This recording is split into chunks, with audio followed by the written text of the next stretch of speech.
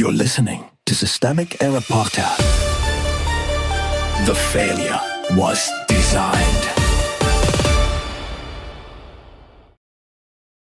Why houses cost 10 times your salary today. And who is to blame? Based on an article by Tom Hartman. Reagan's real legacy was power theft, not growth. The story in plain English. The source article makes one useful point and buries it under its own rhetoric. The collapse of the middle class was not an accident. It traces housing costs, wage stagnation, vanishing unions, weakened antitrust enforcement, and the Clinton-era turn toward corporate-friendly third-way politics back to a deliberate transfer of power away from workers and toward capital. The people who actually won, the real beneficiaries, were not some abstract market. They were the corporations, oligarchs, and conservative institutions that understood exactly what they were buying: lower labor costs, weaker unions, and a political system starved of working-class money. Reagan did not merely govern within that system. He accelerated a project already aimed at breaking the Democratic Party's financial base by crushing unions, the one institution that could fund labor-aligned politics at scale. That is the point the article gets right most clearly. Union destruction was not just an economic strategy. It was political warfare. Remove union density, and you do not just depress wages. You also cripple the infrastructure that made mass democratic politics possible. Misdirection masquerading as history. The mainstream habit is to narrate these decades as a blur of globalization, modernization, and inevitable change. But language is political anesthesia. It strips agency from the people who chose the policies and blurs the difference between accidental drift and organized class attack.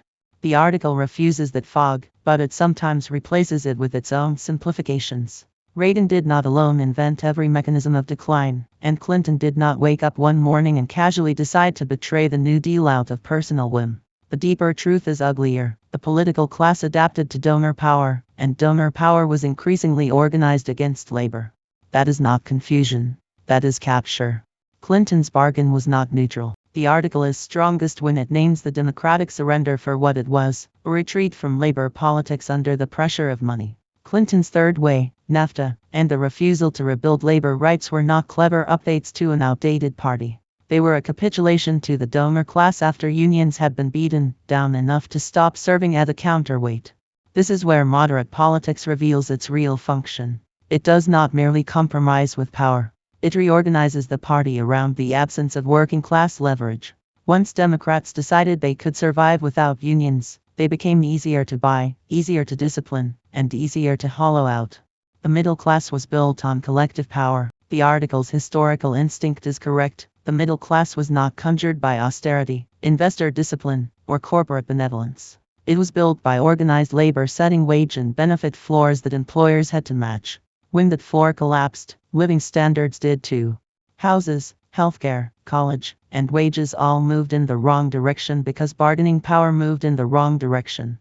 That matters because it exposes a lie that still structures elite debate, that prosperity is something capital generates and labor merely receives. In reality, labor created the conditions that made broad prosperity possible, and labor's defeat made that prosperity reversible. What the present actually requires. The article is right to center unions as the strategic problem. Without unions, there is no durable middle class, no serious counterweight to oligarchy, and no broad-based democratic infrastructure capable of resisting authoritarian politics. That is why the right has spent decades attacking them and why institutions like Heritage keep returning to the same project under new branding. The Democratic Party's choice now is simple, even if its donors hate the simplicity of it: rebuild labor power or keep managing decline for people who will never be satisfied with managed decline. If Democrats want to be more than a donor-adjacent opposition brand, they have to stop treating unions as a nostalgic constituency and start treating them as the core of democratic power.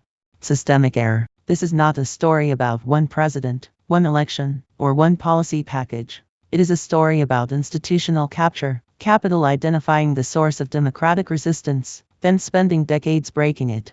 That is the pattern. That is the lesson. And until labor is rebuilt as a source of money, organization, and leverage, every promise of middle-class renewal will remain a glossy fraud stapled onto the same power structure that broke it in the first place. You've been listening to Systemic Error. Thanks to AlterNet for today's article.